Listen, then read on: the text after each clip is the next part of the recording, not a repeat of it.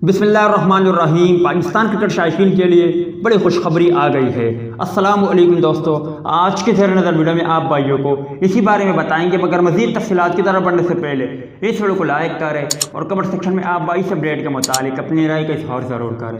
Pakistan cricket team کو رواں سال جولائی میں دورہ انگلینڈ کی اجازت مل گئی ہے۔ برطانیہ کی حکومت نے پاکستان اور بھارت کی کرکٹ ٹیموں کو رواں سیزن میں دورہ کی اجازت دے دی ہے۔ کورونا کیسز کے باعث برطانیہ نے پاکستان اور بھارت کو ریڈ لسٹ میں رکھا ہوا تھا، تاہم برطانوی حکومت نے پاکستان اور بھارت کی ٹیموں کو دورے کی خصوصی اجازت دے دی ہے۔ گرین شرٹ کو 3 ون ڈے اور 3 ٹی20 میچز کی سیریز کے لیے جولائی میں انگلینڈ کا دورہ کرنا ہے۔ ریڈ لسٹ میں شامل ہونے کی وجہ سے کھلاڑیوں کو سخت قرنطینہ شرائط کو پورا کرنا ہوگا۔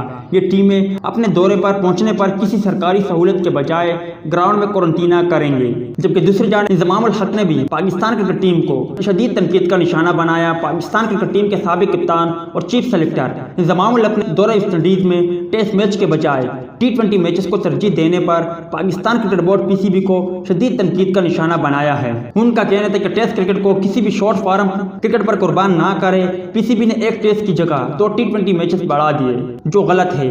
دنیا کا کوئی بھی بورڈ ایسا کرتا تو وہ غلط ہوتا۔ اگر کرکٹر ایسا کرنا شروع کر دے تو مشکل ہو جائے گی۔ ایسے فیصلوں سے لگتا ہے کہ PCB کا فوکس شارٹ فارم کرکٹ پر ہے۔ جنوبی افریقی کرکٹ ٹیم کے کھلاڑی قومی ڈیوٹی چھوڑ کر لیگ کھیلنے گئے، جو غلط تھا۔ فاسٹ بالر محمد عامر نے ٹیسٹ سے ریٹائرمنٹ لی تو PCB سمیت کئی لوگوں نے اعتراض کیا۔